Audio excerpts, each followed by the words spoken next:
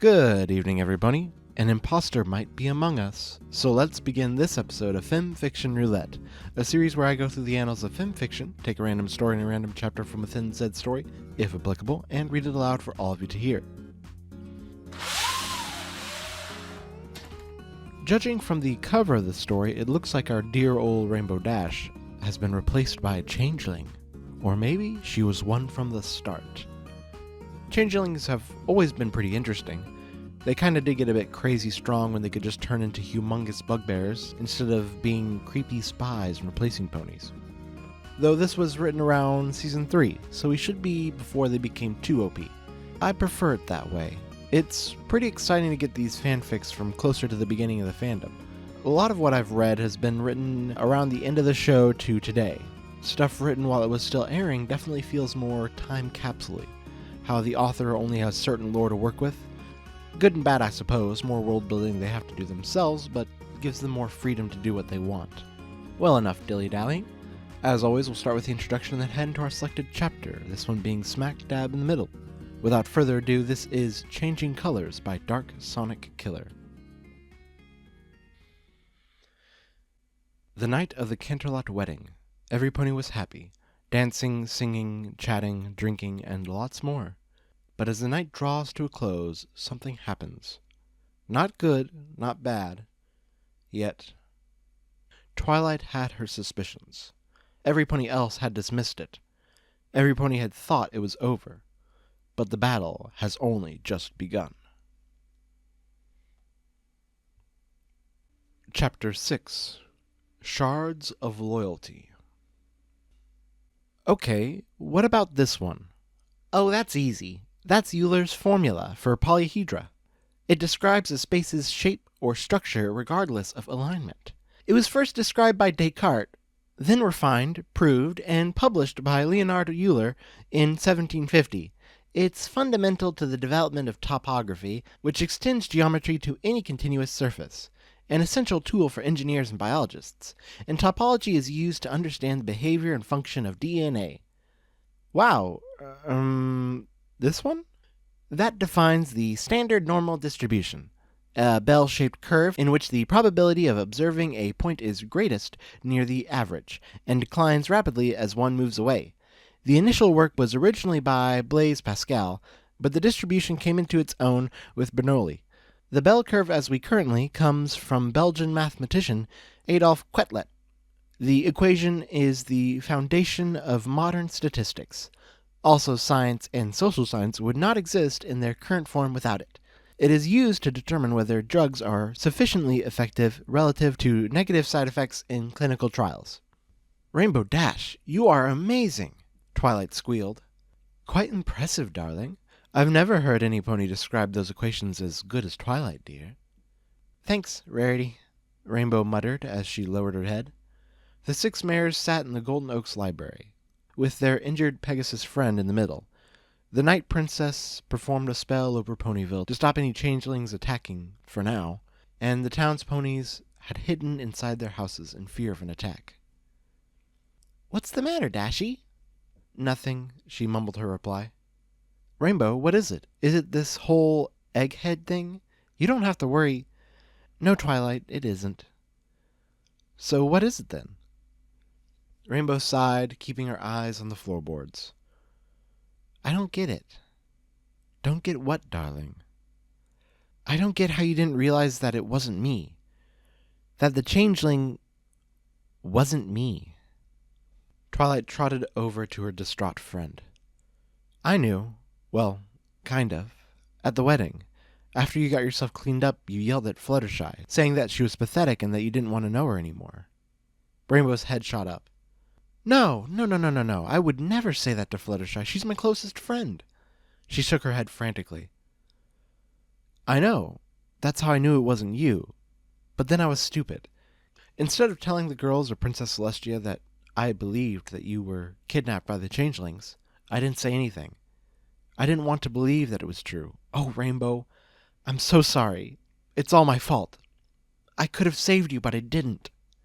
Twilight wailed as she hugged the Pegasus.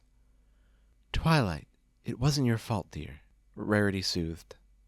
Yeah, it was those horrible changelings, Applejack stated. But, but if I did something about it, you wouldn't have been so close to death, the unicorn blubbered. Yes, but you did save me. How? You nearly died. If you didn't find out soon, then I wouldn't be here. What do you mean? Twilight sniffed. I was to be executed on that day, but then you brought me back here. Executed? Rainbow nodded. I didn't know those changelings could be so brutal. Despicable creatures, Rarity spat. Me neither. Rainbow, what did they do to you? The Pegasus looked around at her friends, all of them radiating comforting smiles. She hesitated before replying. They threw me into a cell, where they chained me up. I was completely restricted of any movement. There they tortured me in any way possible. I never got any food, I rarely got clean water. There was no sunlight and the cell was filthy. Every single day, the beatings became more frequent and more painful. Rainbow paused as she choked on her tears. They forced me to swallow glass shards. They mutilated me by slicing and breaking my wings. They cut crosses on my cutie marks. They pointed at the usual bright tricolored lightning bolts that now had 2 red gashes across them in form of a cross. I couldn't sleep. They attempted to abassinate me. They chained me to a table and electrocuted me. They tried to drown me, and they... At this point, Rainbow Dash burst into tears. The girls hugged her and attempted to calm her down. Shh, it's okay, Rainbow. You're with us now, Twilight soothed as she gently stroked her friend's mane. She glanced at Rainbow's wings. Although they were all bandaged up, she could still see how badly damaged they were. She stuttered, but more tears fell from her rose and red eyes. It's okay, Sugar Cube. They had told us that you had been sexually assaulted, Rarity finished. Every day and every night they came. At first I tried to fight them back, but they were just too strong. I felt so weak and helpless. I feel so used. I couldn't sleep. I was too scared. I'm so scared, she wailed. I'm scared. At least she's finally asleep. She needs her rest. I agree, darling, but what I'm worried about is her having night terrors and relapses. She won't be able to sleep very well then, Rarity pointed out. What are we gonna do? Applejack asked. The elements have been taken. Twilight's eyes lit up. Not all of them, though. Oh, yes, Rainbow's necklace is still here, Fluttershy squeaked. But isn't it all smashty-doodly? Pinkie pondered. Yes it is. Twilight hovered over the golden necklace along with the ruby shards. But I still don't understand how this broke. Can we still use it? I don't know. Then every pony's eyes set upon the shards. They began to glow and sparkle. They hovered slightly in the air. That was before they started to spark. A blood-curdling scream was heard from the other room, and the shards smashed to the ground. Rainbow! The mares ran in to see the Pegasus huddled at the far side of the room. She had her head in her hooves, and her tears drenched her face. Rainbow's hair stuck to her face. Make them go away! Make them stop! It hurts! It hurts so much! She cried. Fluttershy quickly trotted over and hugged her friend. Shh, it's okay, Rainbow. We're here for you, she soothed as the Pegasus cried into her shoulder.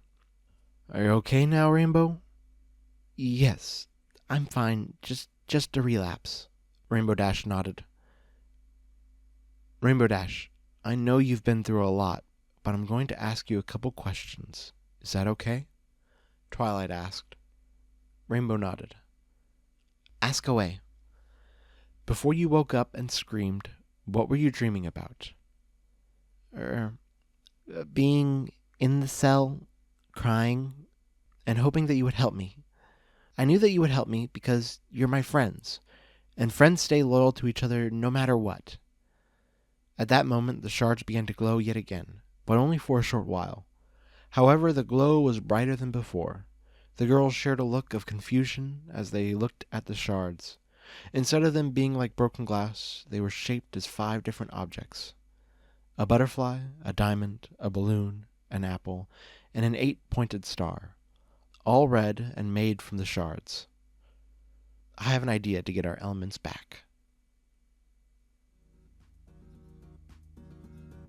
Damn, we came in at a pretty bad time for Rainbow. Jeez. Quite a low point for the story. Not quite sure how she became super smart after getting tortured by changelings. And to be executed, I'd expect something more like getting feasted upon at lunch, if we're going grimdark, which, yeah, we're definitely going grimdark.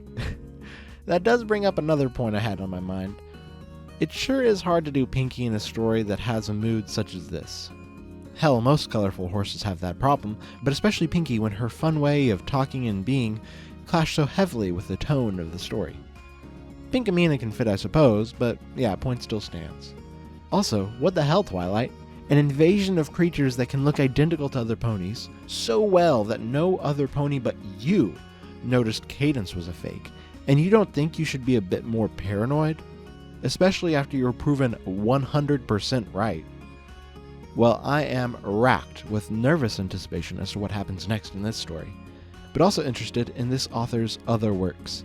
When I messaged them, they mentioned that their later works are even better, so if this story gave you even a tinge of intrigue, I'd definitely look at their myriad of other incredible works. This was Changing Colors. Thank you, Dark Sonic Killer, for making such a wonderful story. The link will be in the description below. And thank you, listeners, for joining me on this exciting adventure. This is Open Air, signing off. But don't worry, I'll be back soon with another FIM Fiction Roulette.